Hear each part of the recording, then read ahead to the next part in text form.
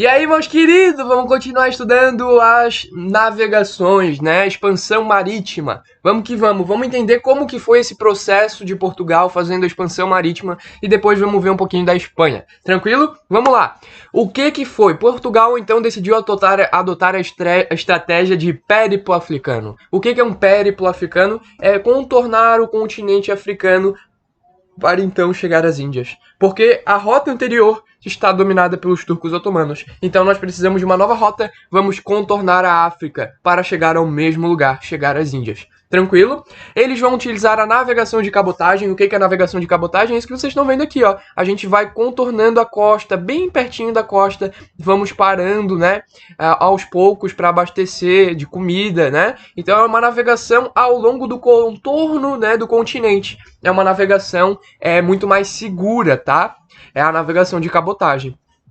A gente vai ter a seguinte estratégia. Conforme a gente vai fazendo a nossa navegação de cabotagem, quando a gente parar, nós vamos instalando feitorias. O que são feitorias? São entrepostos comerciais. Então ali a gente vai manter, né, uma instalação para fazer comércio com a gente de comida, para proteger aquela área que agora vai ser de domínio português, né? Então elas até são fortificadas para proteger de possíveis ataques, tá? Estrangeiros. Tranquilo? A gente vai ter escambo e aliança com líderes locais. Eles estão entrando em territórios antes não explorados, né? Eles estão entrando na África, certo? Então, entrando na África, eles vão conhecendo novas tribos, novos reinos, certo? Inclusive, eu trouxe para vocês aqui os 3 principais reinos, né? Nós vamos ter o reino do Mali aqui, né, no noroeste da África, o reino da Etiópia, a nordeste, e o reino do Congo, ao centro-sul, tá? Esses eram os principais reinos da época, tranquilo? O que vai acontecer? Os portugueses nesse escambo, o que é escambo? É uma troca. Eu te dou uma coisa, você me dá outra. É um comércio muito primitivo, certo? Mas por que eles faziam esse tipo de comércio? Porque aquela moeda que eles usavam na Europa não tinha o mesmo valor na África, tranquilo? Lembrando que nessa época não tinha esse conceito de África, tá? Mas eu vou usar aqui para facilitar o nosso estudo. Tranquilo? E aí, os portugueses, o que eles querem? Eles querem ouro para fazer, né, as moedas e tudo mais. Eles querem marfim, porque é muito valioso nessa época. E eles querem escravos. Olha só que desgraça, né? A gente vai ter, né, depois de 1000 anos praticamente sem a escravidão aparecer com muita precisão, nós vamos ter a volta dessa bosta que é a escravidão. Então os portugueses, eles querem esses escravos, eles querem porque agora eles vão transformar a escravidão em um aspecto comercial, o que a torna mais filha da desgraça ainda, né? E aí as lideranças locais, elas não tinham as mesmas tecnologias, né? E elas queriam armas, ferramentas e tudo mais. Então eles trocavam, né? Ah, beleza, vou te dar um marfim, tu me dá aí esse teu machado que eu não conheço como faz, não sei como é que é, né? Então eles vão trocar por coisas que eles não tinham. Por favor, não chame eles de burros, idiotas, né? Porque a gente tem que entender que são civilizações diferentes, com aspectos culturais diferentes. Não existe esse negócio de mais evoluído, né? Não é que Portugal é mais evoluído, é que Portugal tinha tecnologias diferentes, né? E para essa galera nessa época era muito útil, né, ter essas tecnologias. Então não olhem com esse olhar de menosprezo para os africanos, dizendo que eles eram burros por querer trocar, né, marfim, sei lá, ouro, trocar ouro por uma ferramenta de pedra. Não, não é bem assim, tá, galera? E também falar um pouco dessa escravidão, porque o Portugal vai fazer uma coisa muito maligna. Portugal vai incitar guerras locais. Então, sei lá, dentro do reino do Mali, ele vai incitar guerras de tribos diferentes para essas tribos tornarem as outras escravas, que era algo comum, tá?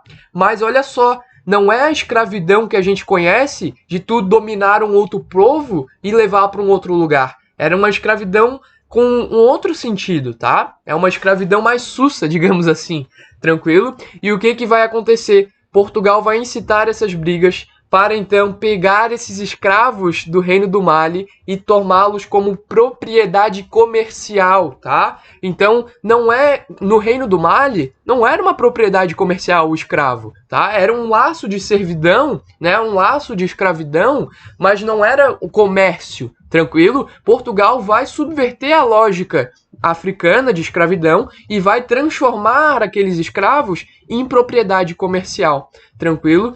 Não, nada tranquilo, né? Bem filha da putagem, desculpa o palavrão, mas quando se trata de escravidão, eu não me seguro. A verdade é que essa é uma das piores coisas da história e vai ser então o início da escravidão moderna aqui no século XV. Tranquilo, galera? Nada tranquilo. Portugal incitando guerras locais e, além disso, Portugal vai instalar, né, manufaturas açucareiras nas suas feitorias e vai começar aqui a produção do açúcar. Tá? Então a produção açucareira não começou no Brasil, começou nas colônias portuguesas na África, tranquilo?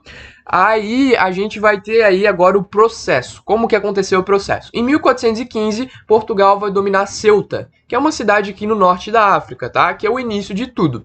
Depois, o Portugal vai entrar em contato com algumas tribos, né? Vai entrar em contato com a tribo dos sudaneses e a tribo dos bantus. Essas são as principais tribos que foram escravizadas e trazidas para o Brasil. Isso a gente vai ver nas próximas aulas, tá? Portugal vai passar o Cabo Bojador, tá? Que era um cabo que dava muito medo na galera, que a galera se perdia aqui, afundava o navio, tempestade, uma loucura, né? E aí eles também tinham medo do mundo plano, né? Se lembra que na época não tinha essa ideia, a Terra é redonda e tal. Algumas pessoas acreditavam nisso, mas muitas acreditavam que a Terra era plana, tá? E aí tinha muito medo de tu estar aqui navegando com o teu navio, pum, caiu, né? No fim do mundo. Mas eles tinham bastante medo disso. Além disso, tinha várias lendas de monstros marinhos que iam comer a embarcação, né? O Kraken, né? Daí que vem esses monstros que destrói tudo, né? A gente vai ter o Golfo da Guiné sendo outro obstáculo, né? Aqui eles pararam por um bom tempo tentando sair daqui, mas em algum momento eles conseguem, tá? E a gente vai ter principalmente o Cabo das Tormentas ou Cabo da Boa Esperança.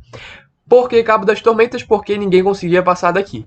Até que Bartolomeu Dias, em 1488, consegue contornar o Cabo das Tormentas. E aí, quando o rei de Portugal descobre, ele vai então renomear para Cabo da Boa Esperança. Porque trazia a esperança de um dia chegar às Índias e trazer prosperidade a Portugal. Tranquilo? Até que, 10 anos depois, Vasco da Gama chega às Índias. Sim, é daí que vem o nome do time, olha que loucura. Então Vasco da Gama chegou às Índias Orientais, tá? Em 1498, foram 3 ou 4 embarcações que voltaram recheadas de especiarias e só essas 3 ou 4 embarcações já deixaram Portugal o país mais rico de todos que existiam na Europa. Só essas 4 embarcações ou 3 já deixaram Portugal o mais rico de todos, tá? Em 1500, Pedro Álvares Cabral, né? Pedro Álvares Cabral, ele vai se perder no Bojador. E essa história meio que a gente já sabe no que vai dar, né? Ele se perde no Bojador e vai atravessar o Atlântico até chegar em Porto Seguro, lugar onde ele denominou Porto Seguro, né? Nós sabemos que é o que hoje a gente conhece como Brasil. Mas isso é história para uma outra aula, tranquilo? Quando a gente começar a estudar Brasil, a gente vai ver, né, o período pré-colonial brasileiro. Beleza? Vamos continuar então com as expansões marítimas. Vamos que vamos, não? Olha só o que vai acontecer. A Espanha tá atrasada. Portugal tá conseguindo ir bem pra caramba, tá chegando... Pô, chegou nas Índias já, cara, em 1498, né? E aí, em 1492, quando termina a conquista, né, da Península Ibérica, a expulsão dos muçulmanos, o Cristóvão Colombo, ele apresenta um plano para o rei da Espanha e ele fala assim, ó, cara, eu quero chegar nas Índias, mas eu não quero fazer o périplo africano, eu quero ir pelo oeste. Aí o rei falou, meu Deus, tu é louco, hein, cara? Aí ele falou, eu sou louco mesmo. E o rei gostou, achou massa o plano dele, vai lá, querido. E aí, Cristóvão Colombo, então, ele vai achar as Américas, né? Ele vai vir aqui, ó, cheguei em Cuba. Caraca, Cuba, né? Mas ele não sabia que era Cuba. Aí ele falou, cheguei nas Índias. E ele morreu achando que tinha chegado nas Índias mesmo, né? Ele vai chamar os habitantes de índios, né? Porque ele achou que tinha chegado nas Índias, né? E ele vai morrer acreditando que tinha chegado nas Índias, mas na verdade ele estava em outro continente. Ele estava na América Central, né? No que hoje a gente conhece como América Central. Por que achamento das Américas e não descobrimento? Cara, descobrir? Não, já tinha gente lá. Como assim tu descobriu? Alguma pessoa antes descobriu aquele lugar. Não foi tu. Tu achou algo que alguém descobriu, certo? Por isso que a gente não usa esse termo, a gente usa achamento das Américas, tranquilo?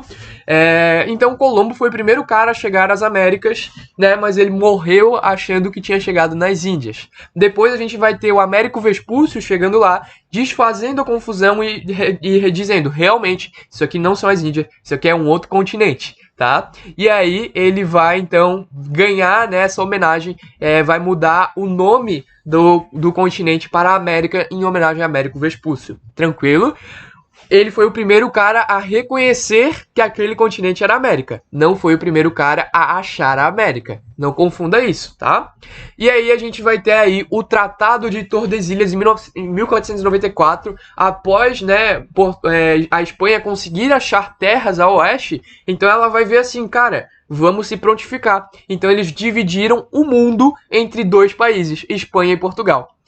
França e Inglaterra não gostaram nada disso e não aceitaram esse tratado. Mas afinal de contas, o que foi esse tratado? O Tratado de Tordesilhas dizia o seguinte: existiam aqui umas ilhas chamadas Cabo Verde, tá? E aí essas ilhas eram de Portugal, e aí o tratado, mediado pela Igreja Católica, falava assim: a 350 léguas a oeste de Cabo Verde, tá? Até lá é de Portugal. Depois disso, depois de 350 léguas a oeste de Cabo Verde, né, essa linha imaginária que a gente chama de Tordesilhas, nós vamos então ter esses territórios que na verdade são os territórios da Espanha, tá? A oeste dessas 350 léguas são territórios espanhóis, tá?